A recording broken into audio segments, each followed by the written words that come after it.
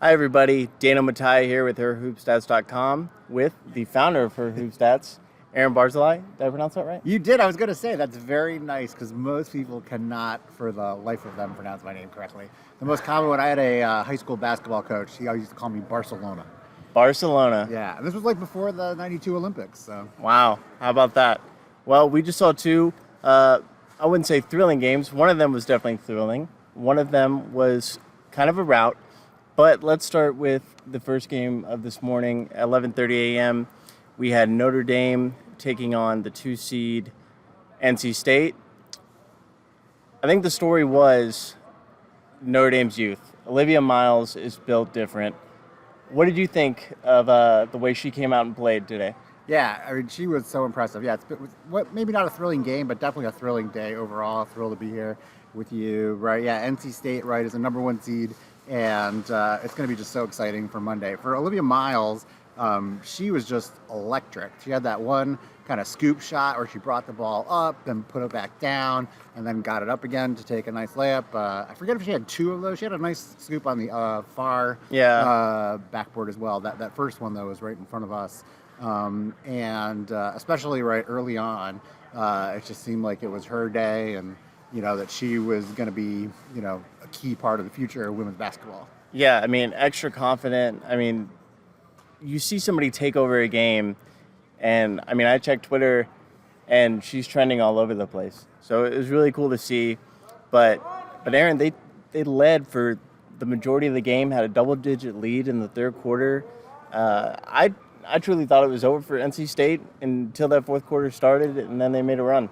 I did not, and it was completely I know you said about NC State. Yeah, you are my witness. I'm not making that up after the fact because we've just seen it too often from NC State. I'm still not sure I know how they did it, but I just feel like even when they're down, they're so resilient and they don't give up hope. We saw that a little bit, the frustration, understandable frustration Indiana had towards the tail end of the last game. They were fighting, I thought, the whole way, but just couldn't quite close the gap. NC State, I just feel like even if they're down, they believe in themselves. They have so much experience, so much talent, and, I think that, they find a way. And, you were talking about Olivia Miles. I'm going to go back to what you said before. Another thing I loved at her, she was definitely, from what I could tell, kind of, turning around, playing to the crowd of the Notre Dame fans on the far side of the court, or the other side of the court from us, and she just has such presence. Yes. But ultimately, I thought it was the presence of NC State. I knew, and actually, it was interesting. I got a text from a friend of mine that I used to, done some NBA stuff with, and he was of the opinion that when late in the game, I'm not sure NC State had committed a single foul before they kind of shifted into foul mode. And so that gives you all kinds of freedom to play super aggressively for those steals, the steals they need that ultimately, became, Raina Perez play the game and, and so cool shooting that layup, right? You see, unfortunately, a lot of missed layups in this game, but not there, right? Just able to kind of finish it off, finish the play. I'm not sure, does that make her the hero? I feel like there were a lot of heroes today, but I think that was probably the one kind of moment because it was just so unbelievable. You practically knocked me over on press row. I know. I'm really sorry about pushing you. No, it's fine. My shoulder's okay. I'm not going to wear a sleeve for the next podcast. It was electric. I mean, and before that, I feel like Lisa Kinane went to the free throw line. I think it felt like 6 straight possessions. They were 8 of 9. NC State was in the fourth quarter. Yep. So she misses a big one, though. So, I mean, an opportunity to tie the game with, 20 seconds left, misses a free throw. I think she said in the press conference she wasn't worried at all, just worried about the next play. And her teammates definitely had her back. Raina Perez, absolutely electrical game. I felt like she didn't play a lot of minutes. 27 minutes, 33 seconds, apparently, thanks to the box score. Yeah. Perez, right? Yeah. I mean, you look at the distribution. Look at Olivia Miles playing almost 38 minutes a game at the point guard position. So, I mean, her control and speed just is on visual the entire game. So, yeah. Interesting little stat. Sorry to interrupt you here as I'm looking at that. Perez had not hit a 2-pointer until she hit that layup. She was, it looks like she was 1 for 4 from 3, so she must have been 0 for 4 on 2s before hitting that, the layup that got the steal and the layup to put them ahead. Yeah. Well, the NC State wins 66-63, just like we all thought, coming back to basically lead for all of 14 seconds of the second half, and I think only 5 minutes of the first half. Yeah. So just wild game. Notre Dame's got a lot to look forward to next season, though. Yeah, I mean, I feel so much for Notre Dame and Coach Ivy in particular. Her son, right, lost late last night for Purdue on the men's side. She was there, is my understanding, right, for Philly. I drove up from New Jersey, so I think she had an even longer drive. I drove this morning home after that, which has got to be tough, right? Just like it's got to be tough to fly home, presumably tonight or something. Yeah, it's remarkable. I had actually, we were talking about it on Slack because in case it came up, I was curious who the last team was that made the Elite Eight after not being in the tournament last year, the previous year. And I guess it was 2017 Oregon was what our Richard Cohen said. So, it seems like the future is bright. I will say it's interesting. So Miles, right, unbelievable. We could talk much more about her. I will say at the very beginning of the game, there was one play. I thought that Cunane was wide open, but then I realized later that she just was completely in front of Maya Dodson, and you just completely obscured her, right? Wow. That Dodson was just kind of narrower and just fit completely behind her. So I was like, this could be tough. But then Dodson was really impressive today. She had some nice moves. What is she? Let's take a look at her. She was 3 of 5. She didn't have a lot of rebounds, but she stuck out visually, I thought, watching the game. Right, her stat line might not be super duper, but altered so many shots. Yeah, I mean, nothing really came easy. Olivia Miles made the game look easy, but for NC State, definitely offensively, nothing was really coming easy shooting wise. I feel like every shot was contested. Absolutely, and they just kind of kept hanging around. But you talk about Notre Dame's future. I think that I like Miles, right? Citron and Dodson. They were very impressive, and it's going to be amazing to see what they're going to do after another kind of off season together, another off season to develop. I think you think about I think Anissa Mora was clearly the freshman of the year. I mean, what she did has been amazing at DePaul, but it's not clear to me who's going to be the sophomore of the year next year, right? Just it was kind of neck and neck this heading into the season as well, I think. But so I am a little even more optimistic about this freshman class than I was when I woke up this morning. It's good to hear. I feel bad for Dara Mabry. She obviously had the ball stolen from her. And I feel like she was really cooking in the first half. And just kind of went cold in the second. They were still, producing at a high rate offensively. The fourth quarter just happens, and NC State took that final chance to take the lead. So it's a real bummer for that team because you want to see the team that plays well on that night win. And that's kind of what it's all about. But looks like we're lucky. Yeah, I think we got a special guest here. I was gonna say we missed Megan. She'll be in. Are you gonna pop in at least for a minute? Say a quick hello. You can't see yourself on screen, but everybody can see you. Yeah. So I think we've only got a few minutes with you, right? Is that true? So are you gonna tell us how UConn's gonna win on? We can jump to looking ahead and your thoughts on UConn. We've been talking about NC State, Notre Dame. Gotcha. Yeah, I think looking ahead for UConn, what won them this game today was their performance on the defensive end. And on the glass, they out-rebounded Indiana by quite a bit. Only allowed 2 second chance opportunities for Indiana. They'll need to do something similar against, I think, NC State to get that win. And then coming out and defending like they did today. I think they struggled a little bit to start off the game. But, I think Reisberger was 4 of 11 from the field. Just really was able to kind of frustrate the Indiana offense and take them out of their rhythm. And the fans behind us. Yes, and the fans behind us for Family sure. members, perhaps, but they were pretty vocal. I remember watching a game when Rebecca Lovo and Ryan Rucco were joking about a fan behind them. I don't know if it got on the broadcast, but it was very loud behind us, and everybody on press row was chuckling. Maybe a lot of them were probably UConn-ish people, I thought, but I was chuckling too. Yeah. I didn't have a dog in that fight. For sure. Now, what do you, really quick, what is your take? I think the bigs, right, were huge for, no pun intended, for UConn today. How do you think they're going to stack up against NC State on Monday? Because that's got to be the key, right? Yeah, I think, Olivia Miles Talk and Aaliyah Edwards both fantastic today, on the glass especially.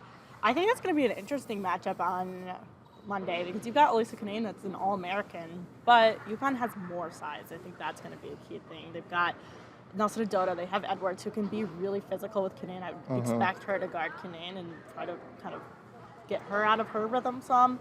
And then you also have Dorka Juhas off the bench. So UConn's got quite the size rotation that they can throw at them and get different looks. All of their bigs are so different, too. There's such a difference between Nelson Adota, Edwards, and Dorka Juhas. They all play very different styles, very different defense. So they can throw a lot of different looks at Cunane, and I think that could get interesting because they have a lot of options.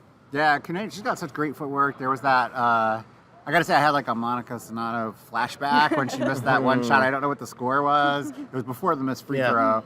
But she had a nice little turnaround. Just didn't quite go in. A shot she can make a zillion times, has made a zillion times in key moments, I think, too. So I was glad that they got it done overall. But, I mean, I guess that's probably like what everybody's going to watch for, right? The one thing everyone's going to highlight. We're going to see a ton of packages on ESPN about big versus big.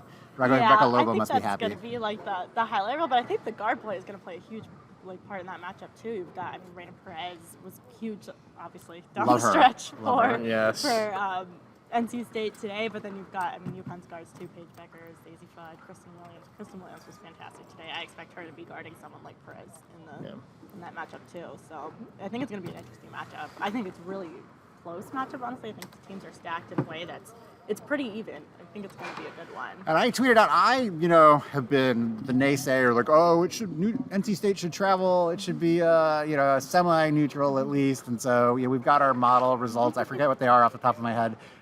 Both with you treat it as a home game for UConn, which I was thinking in the middle of that NC State Notre Dame game, it definitely will be. But then it got loud at the end of that NC State Notre Dame, so it gave me some hope. Yeah, I wonder how much that is though. Like, UConn Notre Dame. Yeah, I was thinking that. Old rivalry. Like, UConn fans were probably cheering for NC State in the first game. But do you think it's a situation, right, where like, I don't know. I mean, how much do they really care about the Notre Dame UConn rivalry, or I don't know. I think UConn fans still care about it. To me, it's less of a thing without Muffet because so much of it was like Muffet versus Gino and like the way they used to spar in the pressers and all of that. I think with Ivy taking over, it's not as much of that type of thing, but I think the fans still feel it and they're still into it. Yeah, because it definitely was very loud for UConn as well, so that's for sure. Yeah, exactly. So I think that we slightly favor UConn, but I also think obviously we're recording this and they haven't done the Wichita regional that's going on I think now, but I'm pretty sure it's going to be the game of the Elite Eight that everybody circles on their calendar, right? Yeah, I would say at least for kind of the Monday night games. Yeah. I mean, I think tomorrow's games are going to be great. Texas-Stanford. Yeah, Texas-Stanford is probably the game of the... Actually, I don't know. It could really go either way. Yeah. I think NC State, UConn is I think NC State, UConn actually might be the game of it. Everyone would be like the conspiracy ESPN theorist that said like they engineered good ratings. Like they would have not engineered Stanford, Texas over UConn, NC State. It's got a little bit of intrigue, right? Because Stanford lost to them right in that opening game of the season. But I think it was the opening game. But I think it's like marquee television, 7 o'clock. I'm excited to see it. Hopefully, I'm going to be fascinated to see what the numbers were today on TV, and hopefully that one will be, I bet, even higher. I'm sure it will be a primetime game on a Monday night versus a kind of middle of the day on a Saturday. I think it's always a harder window. Yeah, and NC State is the second. I believe they're the second ranked team. And then third in our Hoop Stats rating. We actually are flipped with for 2 and 3 with Stanford. I think we're flipped. I think they're the third ranked and we're second. Okay, so I said it wrong. I know that but I know that like one of those teams is second in the polls and the other one's second in our Hoop Stats rating. So, but it's they're clearly the NC State's top tier team. UConn, on days like today, I mean, Becker still didn't look 100%, but you could sort of see how the world could play out. I don't know. I see the confidence coming back, though. Yeah, I definitely see it. She looks a little bit better every game, which I think is ultimately what UConn wants, right? She's not going to be 100%, but I think you still take Becker at 80% over a lot of players in the country. So you've got kind of that. I just you see it in small bursts, I think, now instead of just like wire to wire like you would before. But there's just things that she does on the floor that not a lot of people can do. Yeah. Was there a signature moment today, though? She just hits. She had that lefty finger roll. Yeah, and then she looked at her hand. I also feel like she just has a knack for hitting shots when UConn needs a shot. So there was some offensive stalling there for the Huskies, and she's usually the one to break it. And of course, it's Paige Becker's to break those. It's just, one of those things she kind of has a knack for. And Fudd, I mean, I do think every time she shoots it, I think it's going to go in, right? Which is, of course, nowhere near possibly rationally true, but it looks good every time. Yeah, it's never offline. It's a hidden back rim or it's going in. Yeah, no, definitely. One thing I think will be interesting, I don't know that we ever tweeted about it, but we talked a little bit about it at the breaks, is I couldn't decide. The rims seem a little tight. So definitely a number of shots kind of were in and out. Right, that happens every game, but I don't remember that in the games last, whatever, Friday night, right? It's all a blur. Yeah. But, so that'll be interesting to monitor. It's kind of, we're going to get some funky bounce. That's going to be the difference. Yeah, agreed. I think that was both games today, very much the case. So Yeah. we'll see how that plays out. But yeah, like you said, I mean, I think the one thing about FUD, like when it looks like it's going in, Gina was just talking off the side, and he was saying that, the reason she plays so much is because you never know when 4 straight of them are going to go in, and all of a sudden your 3-point lead is a 14-point lead, and like how much you can change the game so quickly, I think is such a huge part of why you see her on the floor for close to 40 minutes, despite the depth that UConn has. Yeah, her release is so quick. I mean, I feel like every time she's coming off a screen and gets the ball is up within a few milliseconds. It's crazy, and to shoot it that accurately at that speed is definitely a sight to see. Yeah, it's quicker than most, I think. Like a lot for of players sure. in the women's It's like game it's are very not super noticeable. fast. Yeah. It's very, I think if you leave her open for a half second on the perimeter, it's going up. Yeah. Yeah, I will say I did get a text from my friend. He's like, I think my son played flag football against her when he was younger. I'm like, I wouldn't be surprised. They definitely live in Virginia, and she's a talent. So, cool. Happy to have you as long as you want, but don't want to keep you. If you want to get rolling, do you have any parting words? I don't think Words so. of wisdom? We don't have a catchphrase yet to end these podcasts. We're back. So we're back. Did Yes. about 2 hours of research there. We're ready to really. Do we want to take it from the top? Because we could do so much better. Or are we just going to go right back to where we Start were? all over. No. So I mean, we basically led right into talking about UConn, and while I think kind of the main story was the rebounding from this game, you talked about Paige a little bit. To me, I mean, just kind of where Paige is and where this UConn team is, I don't really know if we've seen peak UConn of this season yet, and I still think they're probably the most dangerous team in this tournament. Well, the question is, I don't think we've seen peak UConn over the next year, but are they at about the peak they will get to, because she's not going to be much more healthy between now and April 3rd, I think, is a championship, right? They could, if she's only 80% and they lose by 2, then like it's not going to be all that helpful that a week from now she'll be slightly better. If I just said 80% before, maybe she'll be 85% in a week.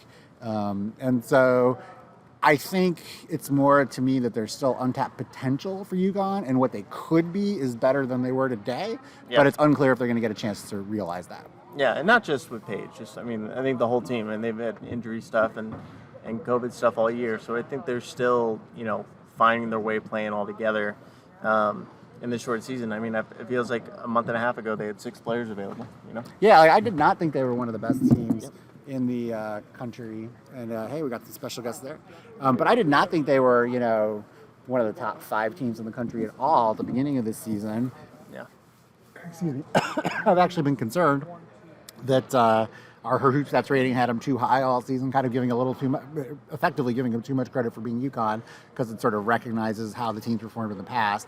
But like they deserve to be. I think they're 4th in our hoop stats rating now, and it doesn't seem insane, right? I mean, it's sort of them or Louisville. I think is 5th, and you can see what this team could be and just how amazing it is. My fear, though, is that we're still never going to get 100%. 100% of what UConn could be in 2021, 22.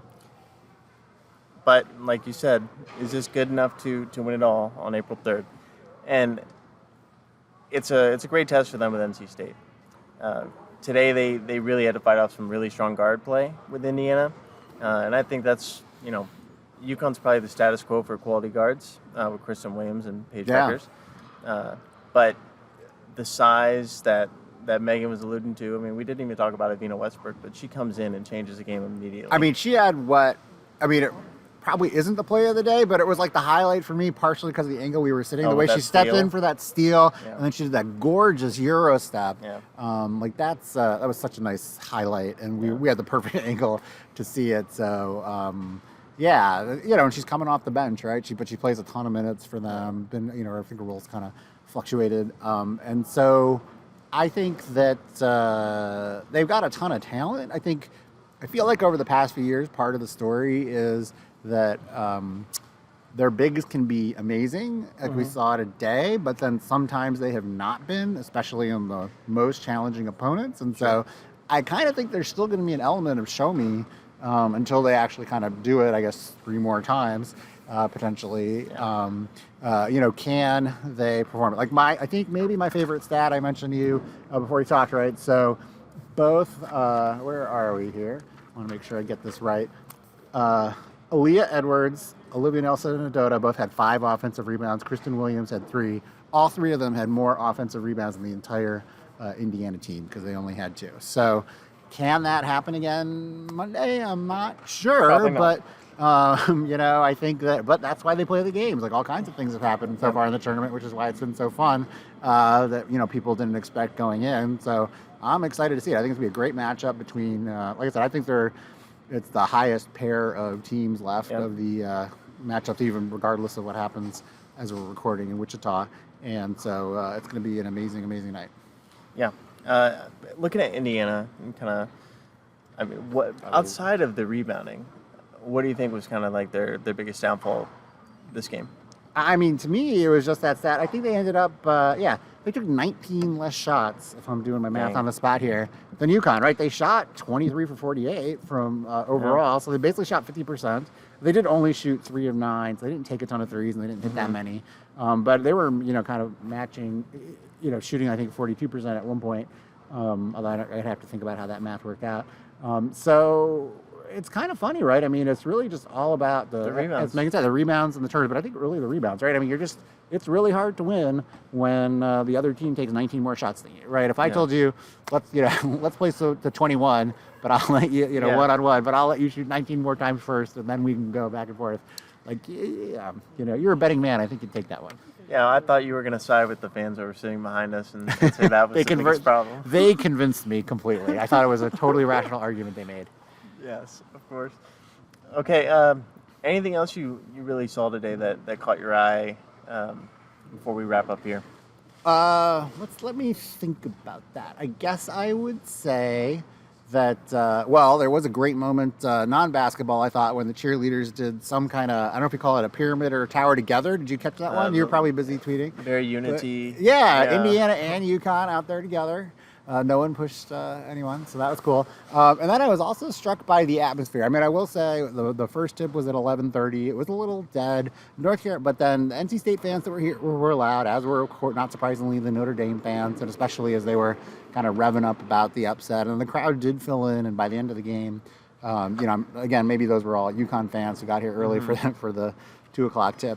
But that was great. So I felt like a really good atmosphere. I was really happy to see that. And then I was also struck, even though the game felt well in hand for pretty much the entire second half. With UConn? Yeah, it still felt really engaged, both the UConn fans and the Indiana fans. People were still excited. They were getting worked up about foul calls, down either up or down 15. Yep.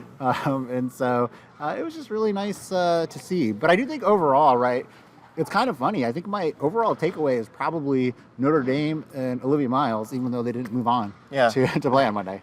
Easily, the most compelling thing I saw was her play, her confidence. I mean, whether it was a Euro step, a double clutch, or just a step back 3. I mean, I think she really has a lot of things in her bag. And, I mean, I tweeted earlier, it's like, I still cannot believe she's a freshman.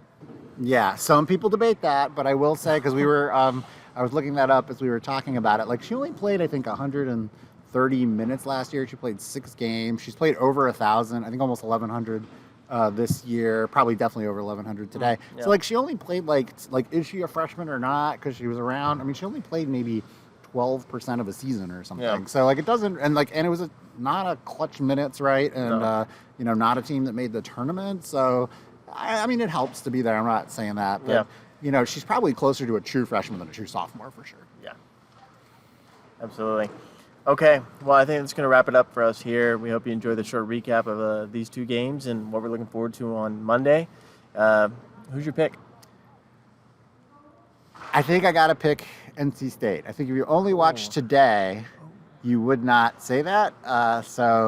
But we've already seen upsets, and I think over the course of the season they've been better. And I'm just still not going to believe that they're going to lose in the tournament until they lose, and they could lose, and I won't be shocked, but because I definitely think it's close to a coin flip. Yep. But I mean, and maybe the UConn home court advantage factor will tip the scales. But the thing we were talking about this on Slack. So I'm going long, I know. No, you're good. But I think it's fascinating, kind of what the UConn name means, and it's different playing in Bridgeport, Connecticut, than other places. But I don't think NC State is intimidated by UConn in the way that they would have been in 2016, right? Yeah.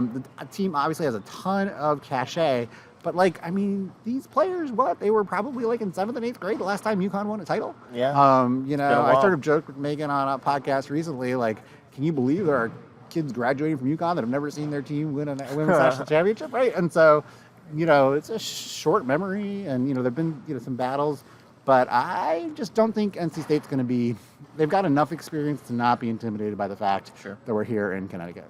So I'm guessing you disagree, which always makes good radio. Part of me wants to, but before the bracket was released, I do have a future on NC State to make the Final Four. Oh, how many other futures do you have, by the way? 3. So I have that. I have Stanford at plus 600 to win it all, and then I saw Louisville at plus 1800. Which, if you looked at our simulation, this was pre-Sweet 16. Right. If you look at the simulations, they have a 12% chance to win it all. Is it that high? I think it was 10 or 12 for Louisville. I thought it was lower. Seed? I don't know. It was between 10 or 12, and they had 1,700 plus 1,700 odds. So for the people that listen to our podcast that can't do the math, what is that roughly in terms of implied probability? Can you do the math on the top of your head? 1.7? Isn't it? No, it'd be like a 6 or 7% chance, right? Oh, 1,700. Even money was 100. Yeah. Right. Isn't plus. You're right. You're right. Okay. So. But still, way better odds than. It was about equal to almost Notre Dame. I think that's smart. Yeah, that seems undervalued. I still am doubtful they will win it all, but that seems undervalued relative. Yeah, well, she also has doubters or Louisville has doubters in Barack Obama and Jimmy Fallon. Oh, really? I've not been keeping up with the celebrity brackets. No. Oh, it was Haley Van Lith saying they have a lot of doubters, but no, I think I will take UConn just because I still am waiting for that signature UConn game. Right. Even though we really haven't had a signature UConn team as of late in the recent years, and I feel like we haven't had a big Paige Beckers moment. But if you watch her move around, she looks healthy. It's just the confidence to take over is kind of what I'm waiting for. So I'm rolling with UConn in that next game. Okay. And going to the Final Four in front of all the lovely Husky fans here in Bridgeport. Well, it's going to be rocking either way. I think there's no doubt about that. Whether they're winning or losing at the end, however they step off, it's going to be an amazing, amazing scene and a great showcase for college basketball. Definitely. All right. Thank you so much, Aaron. Thank you. Always a pleasure. Absolutely. We're rolling out. We'll see you on Monday.